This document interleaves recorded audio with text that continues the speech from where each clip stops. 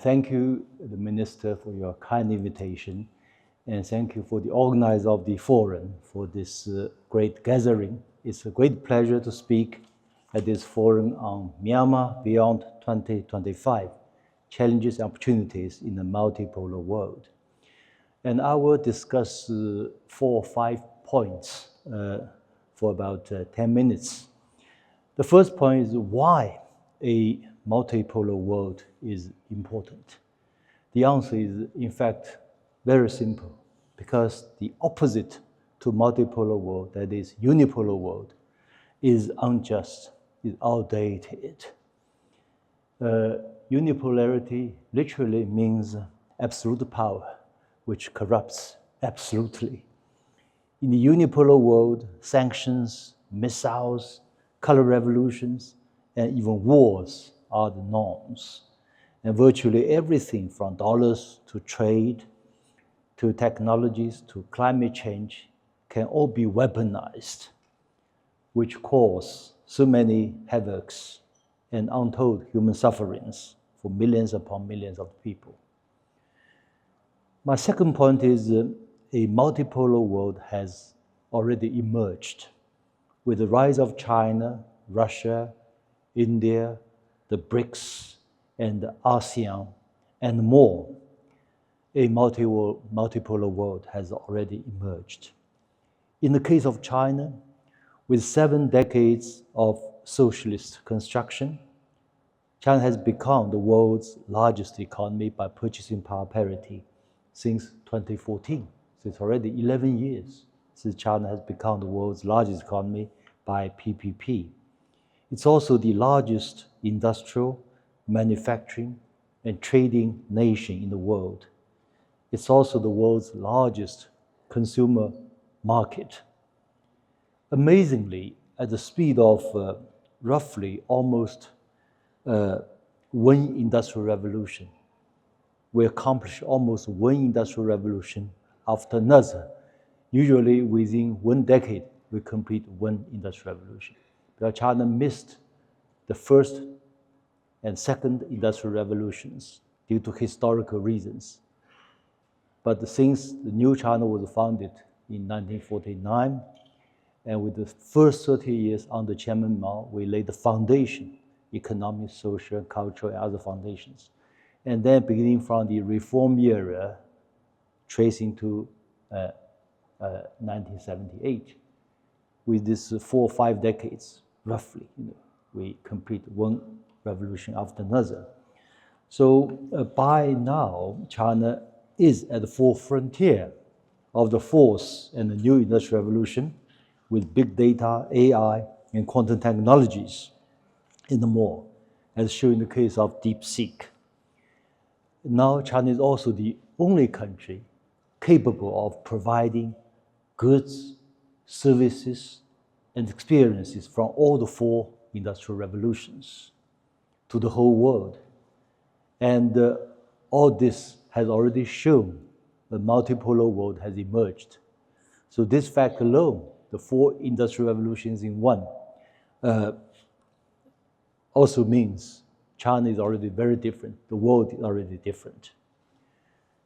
The third point is the rise of China and Russia and more as civilizational states or as civilizational communities in the multipolar world. And this is important. As a full-fledged independent pole, China is also a civilizational state with full sovereignty, powerful defense capability, immense economic, technological, cultural, and intellectual power. We believe in the motto of unite and prosper, not divide and rule. We hate that. Within China, we practice unite and prosper. In the international arena, we also advocate unite and prosper. We reject this Western belief in divide and rule. We embrace the idea of a shared future for mankind, not the American one. If you are not at the table, you are on the menu. Likewise, despite the controversies over the Ukraine conflict, Russia's determined resolve to change the unipolar world is widely appreciated by the global South.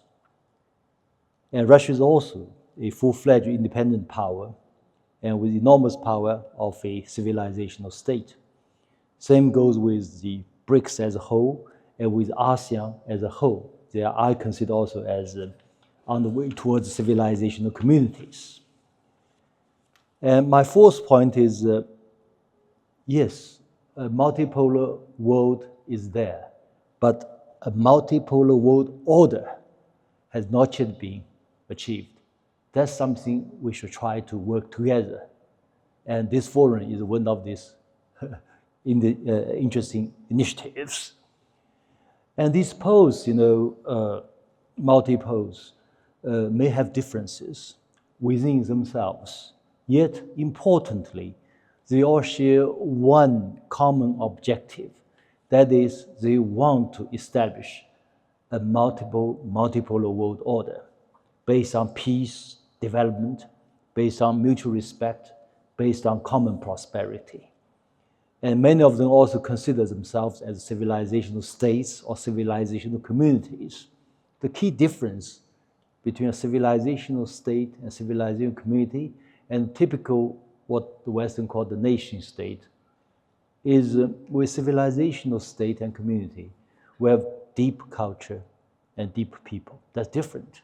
I gave an interview the other day concerning this telephone call between the US and the Russian leaders. They said whether they are going to work together against China. I said no chance, because China and Russia are civilizational states. We have deep culture, deep people. United States, not yet. They have to work hard to achieve that. And another commonality is all these other poles and global south reject categorically the Western moral lecturing or imposition of its values on them. And indeed, I remember the former EU what's called the senior foreign minister, diplomatic representative, Joseph Borrell. He said this time last year, he said almost everyone in the non-Western world, in the global south, thinks now that there are credible alternatives to the West, not only economically, but also technologically, militarily, and ideologically. And this is very important. In other words, this unipolarity, this unipolar world order is based on these four pillars: technology, military, ideology, and economic. But even an EU foreign policy representative consider these four pillars have been shaken. So this is important. He admits this fact, which is true. And finally, I want to use, in order to build up this multipolar world order, I just share with you one quick example of the Chinese Belt and Road Initiative. Basically, it's the today world's largest platform or common good for development and cooperation. Already over 150 countries participating, over close to 5,000 projects going on. And I think with this, we can see both hard power and soft power from China as a civilizational state. In terms of hard power, we can provide what we call total solution for industrialization. For instance, we can build up, say, a total solution to chemical industry for quite a few countries participating in BRI. Within 2 years, a complete industrial sector, petrochemical industry. Same with today, renewable energies, EVs, and many other sectors. With soft power, I mentioned already, we believe in unite and prosper, not divide and rule. We believe in shared future for mankind, not at the table or on the menu. And we also believe the key philosophy in the BRI initiative, why it can extend and spread so fast, because key philosophy behind this BRI is discussing together, building together, benefiting together. You join the initiative out of your own interest, not someone impose that on you. So that has even worked out better. In the end, I said this has created what I call a win-win cooperative multipolar world order, or at least lay a foundation for the new, what we envisage, a multipolar world order. So thank you very much for your patience. Thank you.